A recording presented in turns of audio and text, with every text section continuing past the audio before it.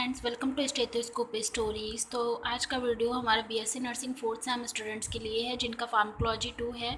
ये हम unit 4 discuss कर रहे हैं, drugs used on nervous system. इसमें हमारा एक टॉपिक है drugs for neuro degenerative disorder and miscellaneous drugs, जिसके अंतर्गत हमारा आता है एंटी पार्किंसोनियन ड्रग्स। तो आज हम ये डिस्कस करेंगे। इसके पहले के जितने भी टॉपिक्स थे वो मैंने कवर अप कर लिए हैं। अगर आपको देखना है तो आप हमारे यूट्यूब चैनल पर जाके देख सकते हैं। तो देखते हैं कि पार्किंसोनिज्म क्या होता है। तो it is a chronic progressive extrapyramidal motor disorder characterised by rigidity, tremors and hypokinesia. ठीक है, मतलब क्या कह रहे हैं कि ये एक बहुत क्रोनिक है, बहुत गंभीर बीमारी है और ये प्रोग्रेसिव मतलब बढ़ती ही जाती है। और क्या होता है इसमें मोटर, ठीक, मोटर डिसऑर्डर है ये। ठीक, इसमें क्या होता है कि रिजिडिटी हो जाती है एंड ट्रीमर्स मतलब झटके आने लगते हैं और मूवमेंट जो होता है बहुत कम हो जाता है कभी कभी पे। ठीक है, with this manifestation defective posture and gait mask like face, excessive salivation and dementia में अकर। और इस कंडीशन में क्या हमें देखने को मिलता है कि हमारा पोस्चर जो होता है वो सही से मेंटेन नहीं रहता है, हमारा गेट सही से मेंटेन नहीं रहता है और हमारा फेस जो होता है वो मास्क लाइक होता है एंड सलाइवेशन जो होता है वो बहुत एक्सेस अमाउंट में होता है। और इस कंडीशन में हमें भूलने की बीमारी भी होती है, मतलब हम चीज़ें बहुत जल्दी भूल जाते हैं, हमें याद नहीं रहती। If it is not cured then it may progress into end stage disease in which the symptoms become worsen and include inability to walk and breathing difficulty. मतलब अगर इस कंडीशन को जल्द ही ठीक नहीं किया गया, शुरुआती दिनों में ठीक नहीं किया गया, तो ये बहुत एंड स्टेज में जाके क्या करती है कि इसके सिम्टम्स जो होते हैं वो बहुत हानिकारक दिखने लगते हैं। और इसमें क्या होता है कि पेशेंट जो होता है वो क्या करता है, वॉक भी करने मतलब वॉक भी नहीं कर पाता है और क्या होती है, ब्रीथिंग डिफ़िकल्टीज़ भी उसको देखने को मिलती हैं। तो ये हमारा इंट्रो था पार्किंसोनिज्म का। आगे देखते हैं, बात करेंगे इसके क्लासिफिकेशन की। तो इसके क्लासिफिकेशन को दो पार्ट में क्लासिफाई किया गया है।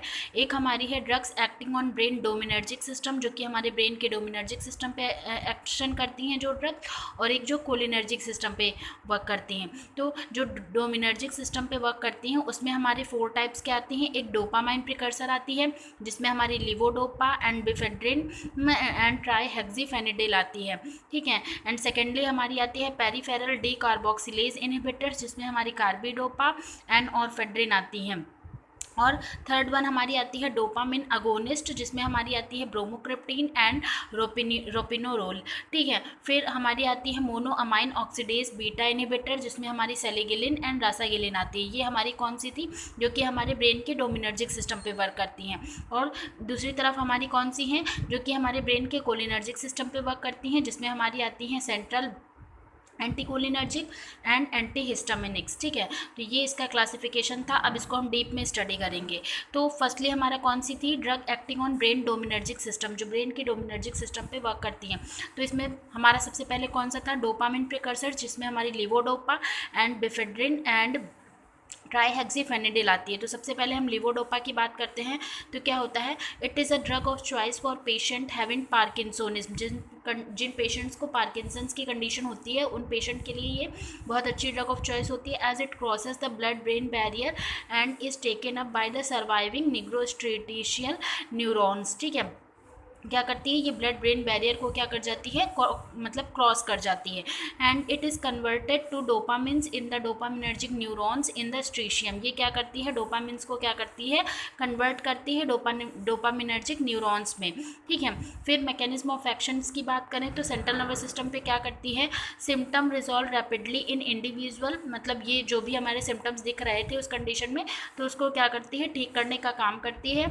हाइपोकाइनेशिया हो रहा था, रिजिडिटी हो रही थी, ठीक है, तो इसको क्या करती है, ठीक करने का काम करती है।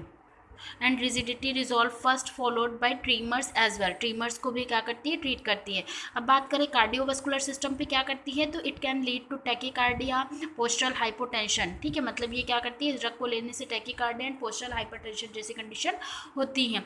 एंडोक्राइन की बात करें तो ये हमारे प्रोलैक्टिन जो हार्मोन होता है उसको रिलीज करने, उसको इनहिबिट करने का काम करती है। फार्माकोकाइनेटिक्स की बात करें तो it is absorb from small intestine and excreted in urine. Small intestine में ये ऑब्जॉर्ब होती है और यूरिन के थ्रू एक्सक्रीट आउट हो जाती है।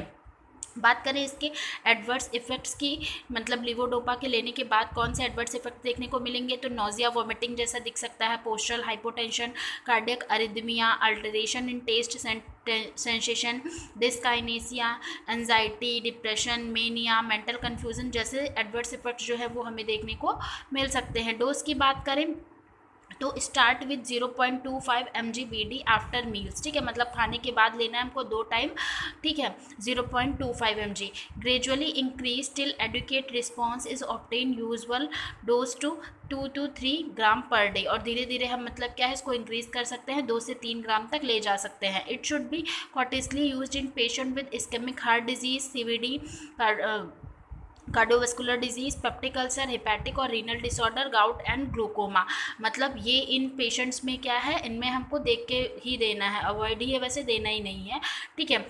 फिर सेकेंडली हमारा आता है पेरिफेरल डीकार्बोक्सिलेज इनहिबिटर्स, ठीक है, इसमें हमारी आती है कार्बिडोपा। कार्बिडोपा में क्या है, they do not penetrate blood brain barrier, मतलब ये ब्लड ब्रेन बैरियर को क्रॉस नहीं करती, and do not inhibit conversion of levodopa to ये इन ब्रेन, ठीक है। फिर क्या कह रहे हैं कि ये हमारे लिवोडोपा को भी मतलब वो नहीं करती, इनहिबिट नहीं करती। कॉम्प्लिकेशंस की बात करें तो nausea, vomiting and cardiac complications देखने को मिल सकते हैं। डोज मतलब हाँ, ये सारे कॉम्प्लिकेशन देखने को मिल सकते हैं। डोज की बात करें तो 0.4 से 0.8 ग्राम अलॉन्ग विद 75 to 100 mg, ठीक है, हमें इसको देनी है, given in 3 to 4 divided doses, ठीक, 3-4 डिवाइड डोज कर देंगे, मतलब 3-4 दिन में देनी है 3-4 बार, तो आप देख लेते हैं कि किस टाइम देनी है, ठीक है। तीसरे नंबर पे हमारी डोपामिनर्जिक अगोनिस्ट, जिसमें हमारी ब्रोमोक्रिप्टीन आती है, तो दे आर एर्गोट, ब्रोमोक्रिप्टीन जो है वो हमारी एर्गोट डेरिवेटिव्स है, having dopamine agonist activity at D2 receptors, ठीक है, मतलब डोपामिन को क्या करती है, अगोनिस्ट करती है, मतलब उसके काम को बढ़ाती है, ठीक है। डोज क्या है, 1.25 mg वंस एट नाइट, मतलब इतने रात में हमको ये डोज देने हैं, and increase up to 5 mg TDS, ठीक, और इंक्रीज करके हम इसको 5 mg तक ले जा सकते हैं, ठीक। फोर्थ नंबर पे हमारी आती है मोनोअमाइन बीटा इनहिबिटर, ठीक है।